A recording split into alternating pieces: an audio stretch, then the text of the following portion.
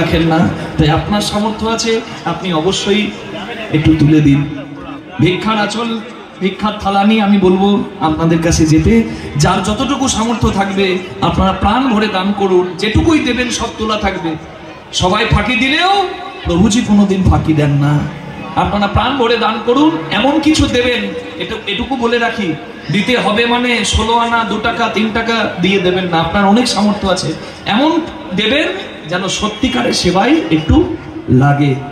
নিতাই গৌর প্রেমানন্দে হরি বল হরি বল হরি হরি বল রাধে। বিষয়বস্তু অপরাধ ভঞ্জন লীলা। হরি বল। আপনারা যদি এখান থেকে সোজা যান,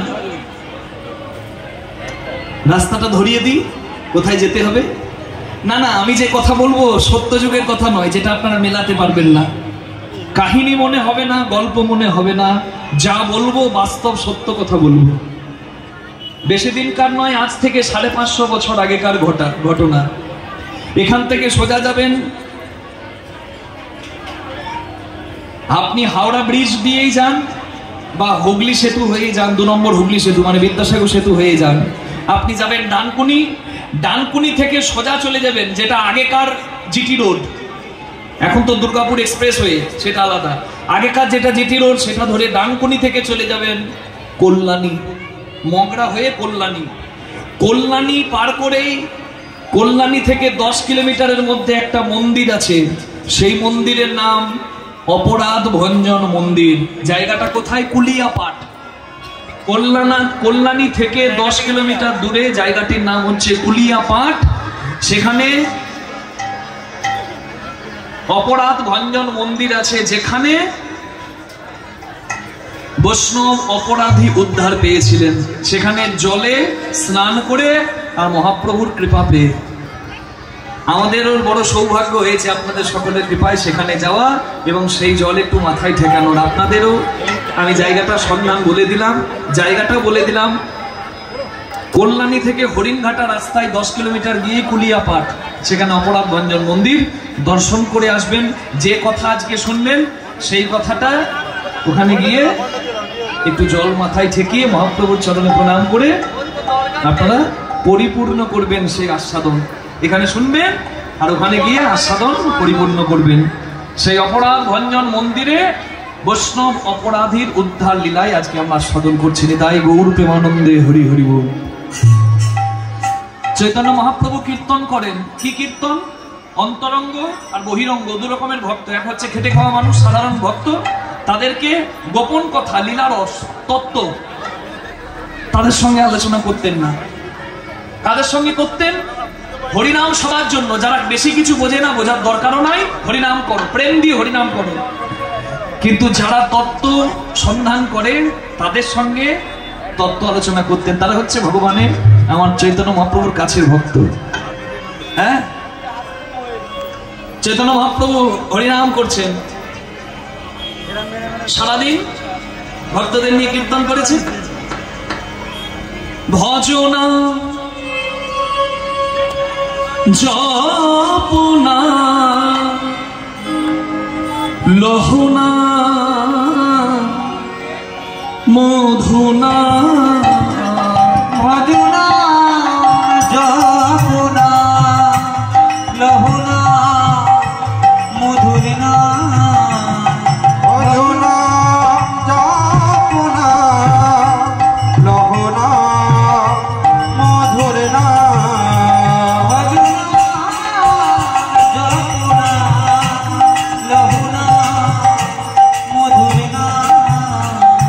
সবাই বদন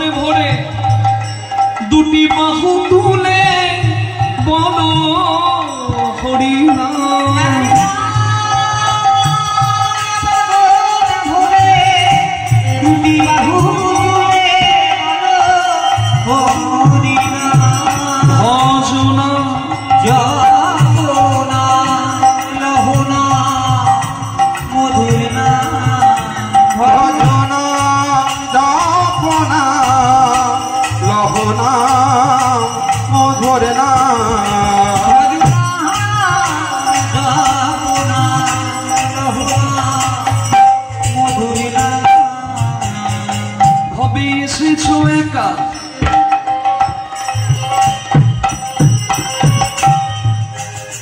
ভবে এসেছো একা, ভবে এসেছো একা, যেতে হবে একা, যাবে হরিনা।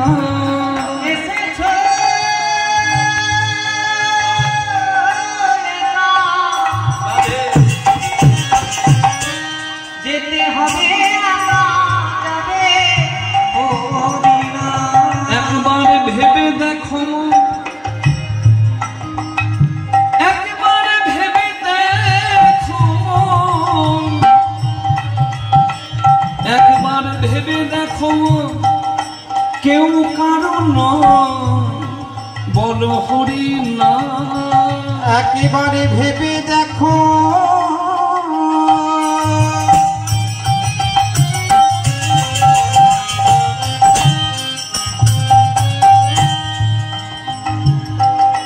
কেউ কারণ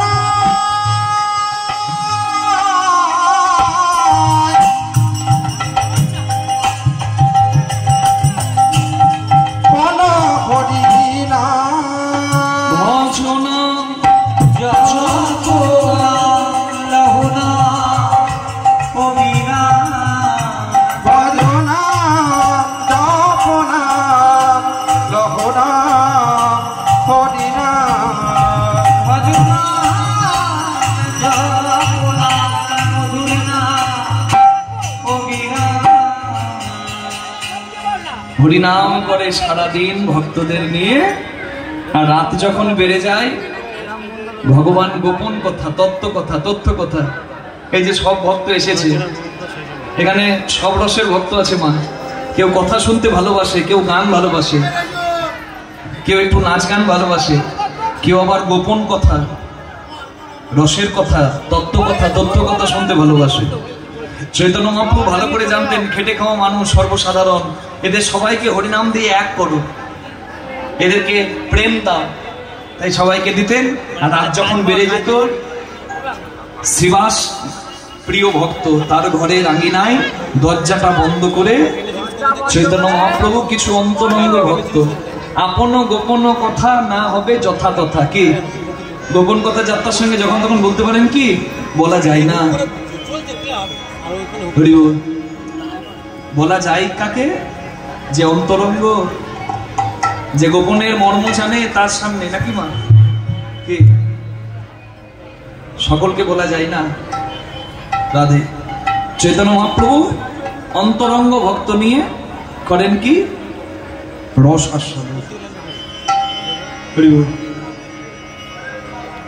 কৃষ্ণ নাম করে আমরা সবাই আনন্দ পাই, কিন্তু কৃষ্ণ নামের তত্ত্ব বুঝবে কারা? যারা এখানে তত্ত্ব বা তথ্য গ্রহণ করতে এসেছে তারা। কৃষ্ণ নাম যদি প্রথমেই লিখি কয়েরই মূর্ধন্যস্বয়ে নয়, তাই তো? তাহলে কি নাই কৃষ্ণ নামে? কৃষ্ণ নাম আকর্ষণ করে সবকিছুকে, এমনি এমনি কি নাই কৃষ্ণ নামে? ওই জন্য বলে কৃষ্ণ বলো। মহাপ্রভুর মুখে একটা কথা থাকতো, কৃষ্ণ বলো। কেন? প্রথম টানেতে ব্রহ্মা আছেন বিদ্যমান, দ্বিতীয় টানেতে বিষ্ণু করে অধিষ্ঠান, তৃতীয় টানেতে মহাদেবের বখানি, কুণ্ডলী আকারে আছেন রাধা ঠাকুরানী, আদ্যাশক্তি মহামায়া রিকার দুই টান, এই তো প্রথম অক্ষর কয়েরই হইল বাখান। চন্দ্র সূর্য বরুণ পবন হুতাসন, স্বর্গমর্ত পাতাল জড়িয়া ত্রিভুবন, এই সব ধ্যান যোগে জানিতে পারিয়া, কৃষ্ণ নাম রাখেন গর্গ ধ্যানেতে জানিয়া। সবকিছু আছে কৃষ্ণ নামের মধ্যে। আবার কৃষ্ণকে শক্তি প্রদান করেন যিনি, তিনি কোন সাধারণ নায়িকা নন, তিনি হচ্ছেন আহ্লাদিনী রাধারানী। 1 টাকার কয়েন এপিট ওপিট আলাদা, কিন্তু এপিট ওপিট মিলেই কিন্তু 1 টাকা। মাঝখান থেকে কেটে আপনি ভাগ করুন তো 50 পয়সা 50 পয়সা, কোনো মূল্য নাই। ভগবানের রসের রূপ কৃষ্ণ, ভগবানের ভাবের রূপ রাধা। তবে আসি দেখাইল আপন স্বরূপ, রসরাজ মহাভাব দুই এক রূপ। আলাদা নয়, কারণ রাধা নামটা লিখতে গেলে রয়াকার ধয়াকার রাধা, একটা বয়াকার বয়াকার হয় বাবা। প্রথম বয়ের নিচে বিন্দু দিলাম, বটা র হলো। দ্বিতীয় বয়ের ওপরে কুণ্ডলী দিলাম, বটা ধ হলো। রয়াকার ধয়াকার রাধা হলো। তাহলে দুটি ব একটা বয়ে 3টে দাগ, 2টি বয়ে 3 দিন 6 দাগ। তাহলে কি আছে রাধা নামে? ভগবান যে 6টি গুণের অধিকারী, ষড়ৈশ্বর্য, সেই ষড়ৈশ্বর্য 6 স্থানে যার আছে বিদ্যমান। তো বিন্দু দিয়ে দোহে করিল শক্তিদান, আকার দয় দিয়ে পুরুষ আর প্রকৃতি যেখানে হইল আধা আধা, বিচারিয়া কর্ণমুনি নাম রাখিলেন রাধা নিতাই গৌর হরি হরি। তাহলে এই যে রাধা কৃষ্ণ অভিন্ন সত্তা যাহাতে বিদ্যমান, তিনি হচ্ছেন চৈতন্য ভগবান নিতাই গৌর প্রেমানন্দ। যে অভক্ত সে মানে না, কিন্তু ভক্ত ভক্তির নয়নে চৈতন্যকেই জানে। যিনি সচল জগন্নাথ, পুরীতে আছে অচল জগন্নাথ, তিনি মাঝে মাঝে সচল হন যখন যাত্রা পথে ভক্তের কাছে আসেন তখন। কিন্তু পুরী ধামে রাস্তায় সচল জগন্নাথ দেখেছে ভক্তরা, তার নাম চৈতন্য মহাপ্রভু। শিবাস ভক্তের ঘরে দরজাটি বন্ধ করে আর কপাটে দিয়া কীর্তন করে।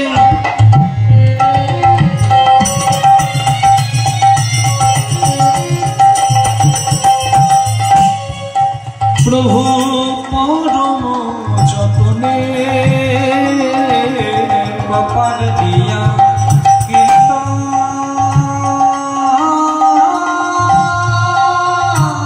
করে।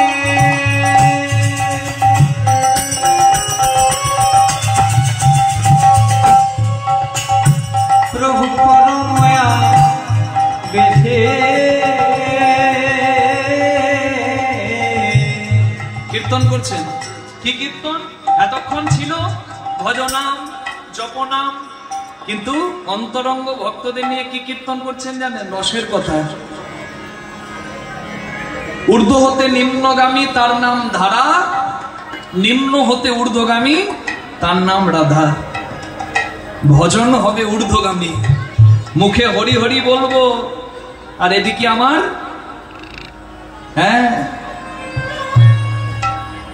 এদিকে আমার ভজন নিম্নগামী হবে, তাহলে লাভ নাই।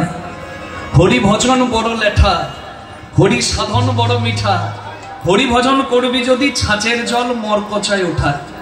আমার কথা বুঝবে তারা, হাঁড়িটি পাকা হয়েছে যাদের তারা, আর যাদের হাঁড়ি এখনো কাঁচা মা তারা বুঝতে পারবে না। তারা ভাববে একই কথা কয়। জানতে গেলে গুরুর ঘরে যেতে হয়, করবি যদি পাকা হাড়ি, যারে মন গুরুর বাড়ি, প্রেম আগুনে সিজবি, রূপ করবে ঝলমল, নইলে রাখিতে নারিবি প্রেম জল। আমাদের দুটি বৈরাগ্য খুব জানেন তো, একটা হচ্ছে মর্কট বৈরাগ্য আর একটা হচ্ছে শ্মশান বৈরাগ্য। শ্মশান বৈরাগ্য, মানুষ যতক্ষণ শ্মশানে দাঁড়ায় আর আগুনে মানুষকে পুড়তে দেখে, কি আশ্চর্য পদ বলি কারে, কি আশ্চর্য কি বিষয় পদ বলি কারে, কোন জন সুখী হয় এ ভব সংসারে। শ্মশানে দাঁড়িয়ে দাঁড়িয়ে দেখি আরেকজন চলে যাচ্ছে, পুড়ছে, চিতাতে সব শেষ, তবুও ঘরে এসে আবার ভাবি বেটার কাছে 2000 টাকা পেতাম, এখনো দেয় নাই। মানে কি আমি বোধহয় পার পেয়ে যাব, এটাই হচ্ছে আশ্চর্য। একজনকে যেতে দেখছি, তবু আমরা এমন করে সবকিছু আঁকড়ে ধরে আছি, ভাবছি আমি বোধহয় পার পেয়ে যাব, আমার বুঝি মরণ হবে না। রাধে রাধে। শ্মশানে মানুষ দাঁড়ায় আর কিছুক্ষণের জন্য ভাবে, আহারে সব তো পুড়ে শেষ, কি হবে এত হিংসা, কি হবে এত শত্রুতা করে। কিন্তু যেই ঘরটিতে আসে 100 টাকার জন্য মারামারি করে। এটা হচ্ছে শ্মশান বৈরাগ্য। আরেকটি বৈরাগ্য আছে, যে বৈরাগ্যটির নাম মর্কট বৈরাগ্য। মর্কট বৈরাগ্য মানে বানরের বৈরাগ্য। আপনি বাজার থেকে একটা হনুমান কিনে আনুন, বানর, এটা বানর কিনে আনুন। সবাই তো হনুমান হতে পারে না বাবা। বাজার থেকে একটা বানর কিনে আনুন, বানরটিকে আপনি থলি ধরিয়ে দেবেন ট্রেনিং দিয়ে, সবজি বাজার করে এনে দেবে, ঘর মুছতে বলবেন, ঝাড় দিতে বলবেন, সব কাজ করবে। কতক্ষণ জানেন? যতক্ষণ না বানর একটা বানরই দেখছে।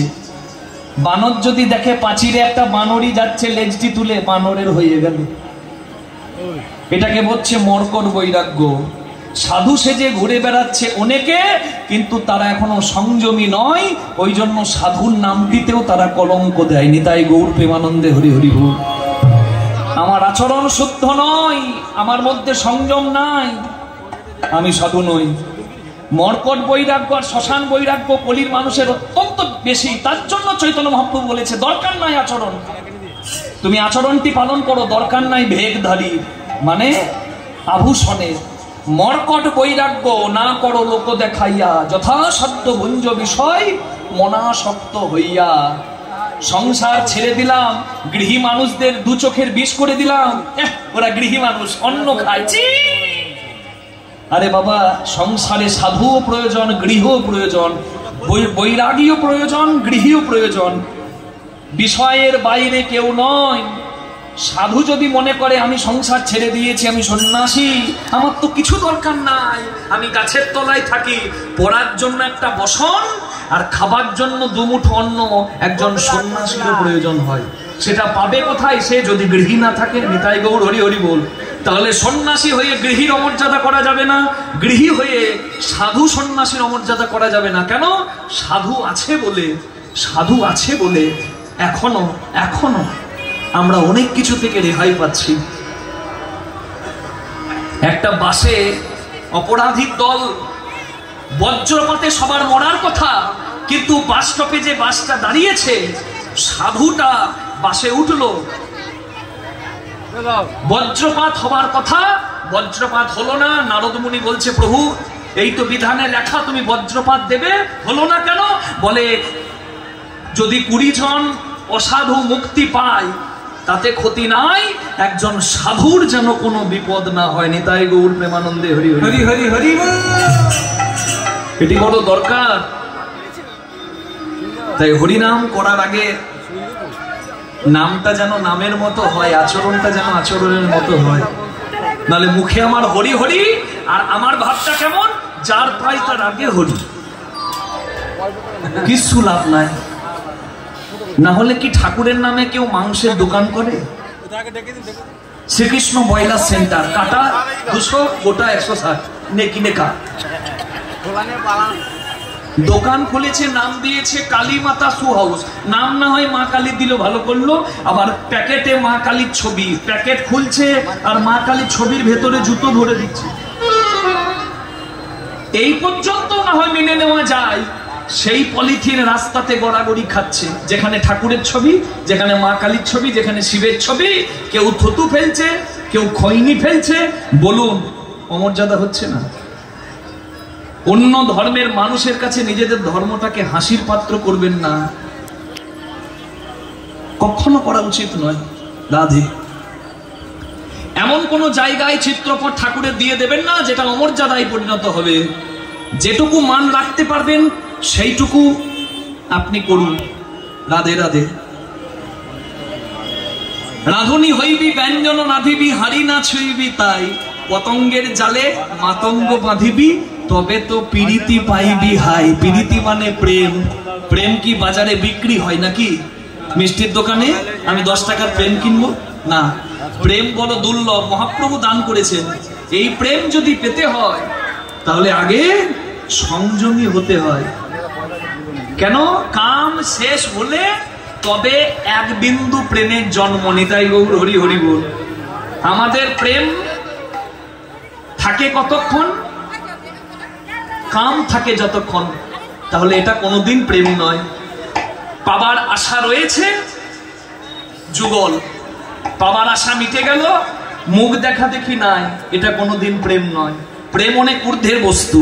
আর প্রেম যদি ভগবানের প্রতি হয়, এর তুল্য প্রেম আর দ্বিতীয় কিছু নাই, কারণ সেখানে কোনো চাওয়া পাওয়া নাই। নিতাই গৌর প্রেমানন্দে হরি বল। আর ভগবানকে ডাকছি তাতেও চাওয়া পাওয়া, ওটা তো প্রেম দূরের কথা, ওটা তো ভালো করে ডাকও নয়।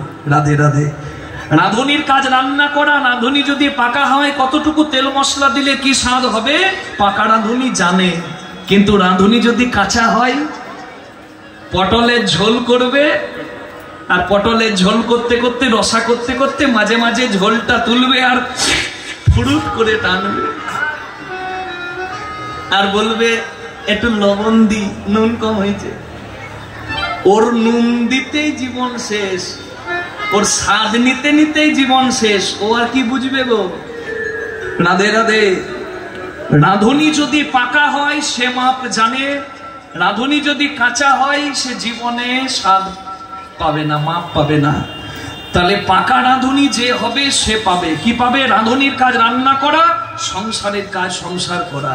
রাঁধুনি হইবি ব্যঞ্জন রাঁধিবি, হাড়ি না ছুঁইবি তাই। সারা জীবন মন যদি হাড়িতে থাকে ভজন সাধন কিছু হবে না। ওখান থেকে মনকে সরাও আর মনকে চরণে দাও, তাহলে দুর্লভ ধন তুমি কিছু পেলেও পেতে পারো। এটা হচ্ছে গোপন কথা, এটা হচ্ছে রসের কথা, এটা বোঝে রসিক। তাই এই কথা সবার মাঝে নয়, এটা জেনে চৈতন্য মহাপ্রভু দরজাটি বন্ধ করে অন্তরঙ্গ ভক্তর সঙ্গে এই কথা কয়নি। তাই গৌর হরি বল। কপাট দিয়া কীর্তন করে প্রভু পর আবেশে, কপাট দিয়া কীর্তন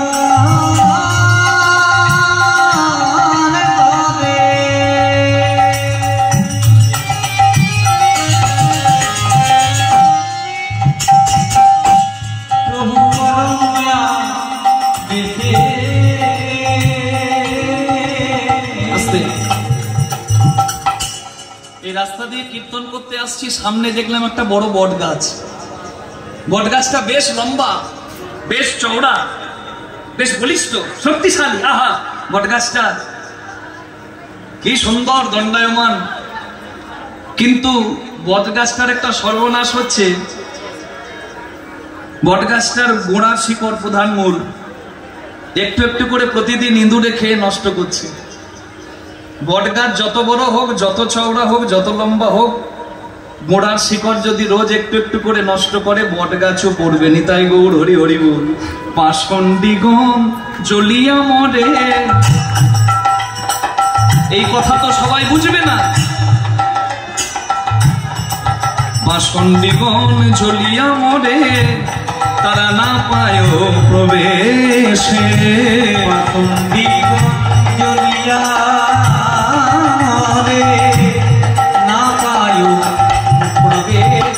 তারা দরজার বাইরে দাঁড়ায়ে আছে,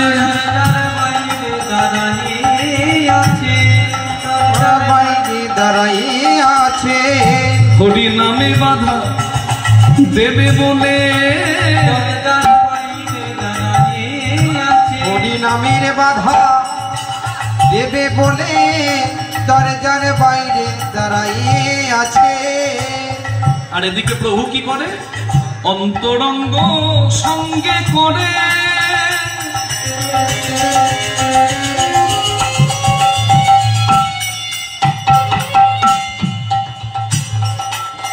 রসয়াস্বাদ,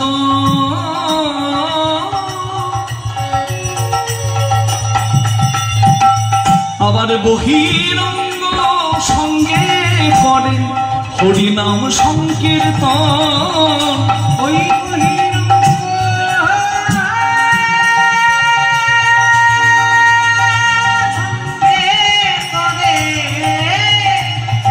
প্রভু রাতি বলে সদাই বদন ভরে হরি বল,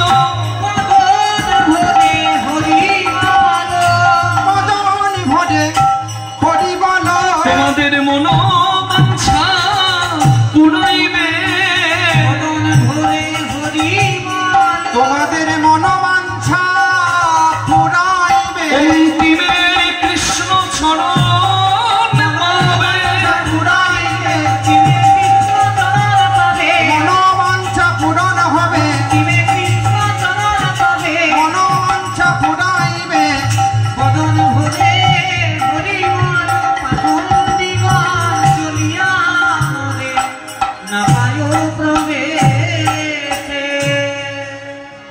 বাহ, খুব ভালো। তাহলে ওই হোক, আমাদের আর কি দরকার? হ্যাঁ, ছি ছি ছি ছি, সব শেষ করল। আশ্চর্য ব্যাপার। হ্যাঁ, না আপনারা ওইদিকে কি দেখছেন? এখানে নয়, ওখানে। দরজার ভেতরে হরিনাম, দরজার বাইরে বদনাম। জুটেছে কিছু অহংকারী পণ্ডিত ব্রাহ্মণ। দেখুন, এক ধর্মের সবাই যেমন ভালো নয়, তেমনি এক জাতিরও সবাই ভালো নয়। নিতাই গৌর তারাও তো ব্রাহ্মণ সন্তান, যারা প্রেম দিল। আর নবদ্বীপের কিছু ব্রাহ্মণ আছে বাবা, তারা অহংকারের আসনে মানুষকে মানুষ বলে না। তর্করত্ন, ন্যায়রত্ন, বিদ্যালঙ্কার, বাচস্পতি নামগুলো শুনছেন? একজন তর্করত্ন, সবার সঙ্গে তর্ক করতে ভালোবাসে। একজন আবার ন্যায়রত্ন, ও নাকি সবার ন্যায় করে বেড়ায়। কিছু থাকে না বাবা, গায়ে না মানে আপনি মোড়ল, কোনো দরকার নাই, এসে দেখবেন আগে থেকে উপস্থিত বিচার করার জন্য। আগেকার দিনে মোড়লে বিচার করতো নাকি, গ্রামের বরিষ্ঠ যিনি বয়স্ক তিনি বিচার করতেন। এখনকার দিনে তো বিচার করবে রাজনীতি নাকি, ভাই ভাইয়ের মাথা ফাটাচ্ছে, রাজনীতির লোক এসে বিচার করছে। হাই রে হাই। হ্যাঁ,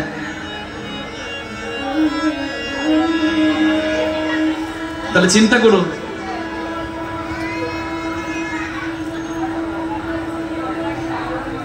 দরজার ভেতরে হরিনাম আর দরজার বাইরে হরির বদনাম। আপনাদের এই দক্ষিণ 24 পরগনার এখান থেকে বেশি দূর হবে না, শহরা, গ্রামটার নাম শহরা, সম্ভবত ফলতা থানা। শহরার হাট আলাদা, আর একটা শহরাও গ্রাম আছে। 100 বছর পূর্তি অনুষ্ঠানে আমি গিয়েছিলাম গত 2 বছর আগে। কীর্তনের শেষে আমি কমিটির দাদাদের সঙ্গে বসে আছি, কথা হচ্ছে ভালো মন্দ। আমার কথা বলতে বলতে যে হরিনামের জন্য মানুষ কত কষ্ট করে এই কথা বলছিলাম, বলতে বলতেই দেখি এক মাস্টার মশাই কাঁদছেন। কম বয়স, 35-38 হবে, কাঁদছেন, চোখে জল এসে গেছে চোখের কোণে। আমি জিজ্ঞাসা করলাম, দাদা ভাই, আমি আপনাকে কষ্ট দিলাম? বলে, কৃষ্ণদাস ভাই, হরিনামের জন্য কষ্ট শুধু শ্রীবাস ঠাকুর করে নাই, হরিদাস ঠাকুর করে নাই। আমাদের দিকে তাকিয়ে একবার দেখো ভাই, আমরাও করেছি। 100 বছরের অনুষ্ঠান এক গ্রামে আদায় করে হবে না, বড় করে আয়োজন করেছি। তো একটু গ্রামে গ্রামে আমরা সবাই নিজেদের কাজকর্ম বাদ রেখেও মানুষের দরজায় দরজায় গিয়ে ভিক্ষা করছি। আজ ক মাস, 1 মাসের ওপর থেকে ভিক্ষা করছি। তা দেখবে হরিনামকে ভালোবাসার ফল। আমাকে ধুতি পরেছিল, ধুতিটা তুলে আমাকে দেখাচ্ছে, ধুতিটা তুলে আমাকে দেখাচ্ছে এই হাঁটুর কাছে দেখছি কয়েকটা সেলাই করা, জায়গাটা ফাটা, সেলাই করা আছে। বোঝাই যাচ্ছে সেলাইয়ের দাগটাও তখনও যায়নি, মানে এই মাসখানেকের মধ্যেই ঘটনা ঘটা। আমি জিজ্ঞাসা করলাম, কি হয়েছে দাদা? বলে, এইরকমই প্রতিদিন ভিক্ষা করতে যায়, কখনো এই গ্রামে কখনো এই গ্রামে। তা কেউ দেয়, কেউ দেয় না, কেউ আবার দুটো কটু কথাও শুনিয়ে দেয় যে হরিনামের নামে এরা পয়সা জড়ো করে মদ খাবে, বাজে কথা বলে। আমরা সব শুনিনি, কারণ মহাপ্রভু বলেছে যে কষ্ট করে তোমার থাক তোমার না থাক তুমি আয়োজন করো, জুটিয়ে দেবেন আমার ভগবান। এরকমই এক গ্রামে ভিক্ষা করতে গিয়ে এক বাড়িতে এক জেঠিমা ছিল, তাকে বললাম, মা আমরা এসেছি গ্রাম থেকে, শহরা গ্রাম থেকে, আমরা ভিক্ষার জন্য এসেছি, যা পারবে তাই দিও মা, ফিরিয়ে দিও না, কারণ তুমি আজকে যা দেবে তা সেটাই আমার মহাপ্রভু সেবায় লাগবে। আমাদেরকে 2 বার বললো চলে যাও, আমরা তাও বললাম যে মা কিছু দাও, যা পারবে তাই দাও। আমাদেরকে তো কিছু দিলই না। দুটো কটু কথা শোনানোর পরে দরজায় বাঁধা ছিল বিদেশি কুকুর, হেলসেসিয়ান কুকুরটার গলার বেলটা খুলে দিল।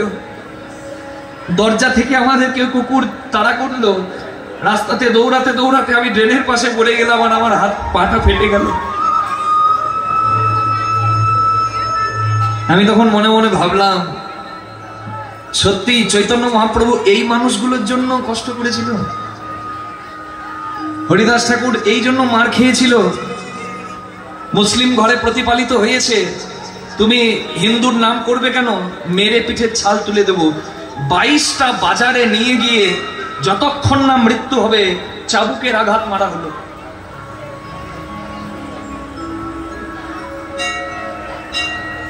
খণ্ড খণ্ড হয় দেহ যদি যায় প্রাণ, তথাপি না ছাড়িব বদনে কৃষ্ণ।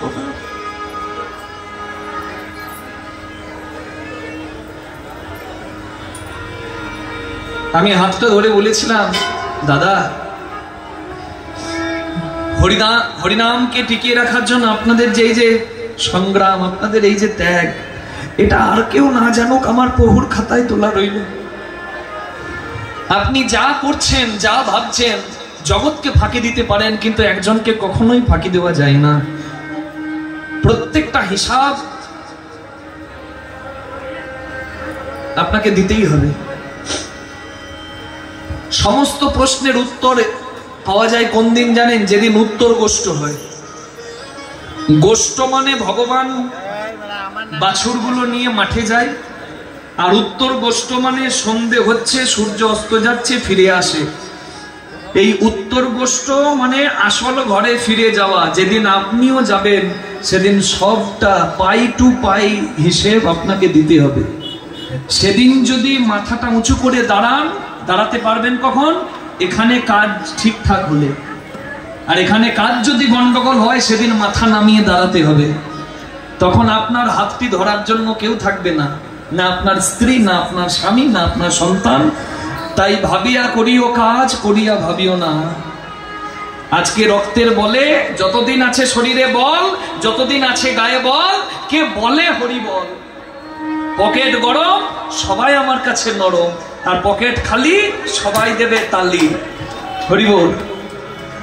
আজকে রক্তের গরমে, অর্থের গরমে আমি যে আচরণ করব, হয়তো আমি পার পেয়ে যাব, কিন্তু আমাকে হিসেব কিন্তু দিতেই হবে। রাধে।